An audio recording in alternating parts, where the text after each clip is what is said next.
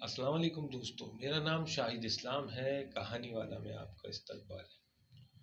دوستو، آج جو کہانی آپ کے لیے پیش کی جا رہی ہے وہ ایک اچھوتی کہانی ہے، اور امید کرتے ہیں کہ آپ کو ویسے ہی پسند آئے گی جس طرح پریویسلی آپ نے ہماری سٹوریز کو پسند کیا ہے۔ کہانی کا عنوان ہے گڈو کا آسمان۔ آئیے سنتے ہیں۔ دوستو، گڈو گاؤں کے اپنے گھر میں صحن میں لیٹا اپنے مخصوص تخت پر رات کی تاریکی میں نیلے آسمان کو تک رہا تھا۔ اس کے جگمگاتے ہوئے چھوٹے چھوٹے ستارے اس کو کسی ہیرے کی مانند لگتے تھے۔ وہ روز رات اس تخت پر آ کر لیٹ جایا کرتا تھا اور دنیا سے بے خبر ہو کر اس آسمان کو تکتا رہتا تھا جس میں کئی ستارے جگمگاتے تھے۔ کیونکہ دوستو گاؤں کا مضافاتی علاقہ ہوتا ہے، دور دور تک نہ کوئی بلڈنگ ہوتی نہ کوئی، تو وہاں تارے اور زیادہ واضح ہوتے ہیں۔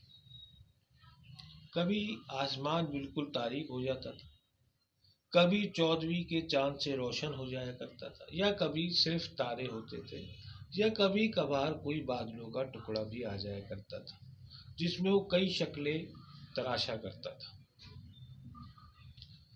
دوستو، گڈو کی کل دنیا یہی تھی۔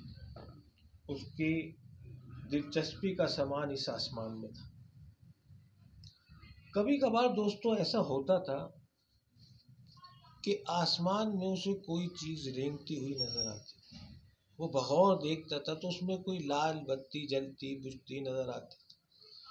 پھر اسے معلوم ہوتا تھا یہ تو ایک جہاز ہے جو نہ جانے کس دیش جا رہا ہے، اور اس میں کتنے مسافر بیٹھے ہیں، ان کی کتنی کہانی ہے۔ دوستو، اس کا معمول یہی تھا۔ دوستو، پھر اچانک ایک دن ایسا ہوا کہ گھر میں لوگوں کی ایک بیٹھک بیٹھی جس میں اس کے دوسرے بہن بھائیوں کی طرح اس کے بڑے بھائی کی شادی کا بھی ذکر ہوا۔ ظاہر بات ہے دوستو، وقت کے ساتھ بہت سی ڈیولپمنٹس ہو جاتی ہیں، پرانی چیزیں پرانی رہتی، نئی چیزیں ان کا جگہ لے لیتی۔ اب ظاہری بات ہے یہ گھر انہیں شاید چھوٹا پڑ رہا تھا۔ فیصلہ ہوا کہ اس گھر پر ایک چھتی ڈال دی جائے تاکہ اس میں اس کے بھائی کا بیاہ کر دیا جائے۔ اور دوستوں کچھ دیر بعد ایسا ہی ہوا، مزدور آئے، چھت ڈلی اور اس کے بھائی کے لیے کمرہ تیار ہوا۔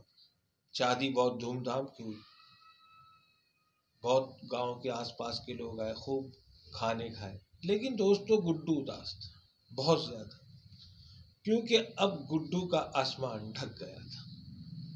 اس شادی سے گڈو کو کوئی سروکار نہیں تھا، کیونکہ اس کا آسمان ڈھک چکا تھا۔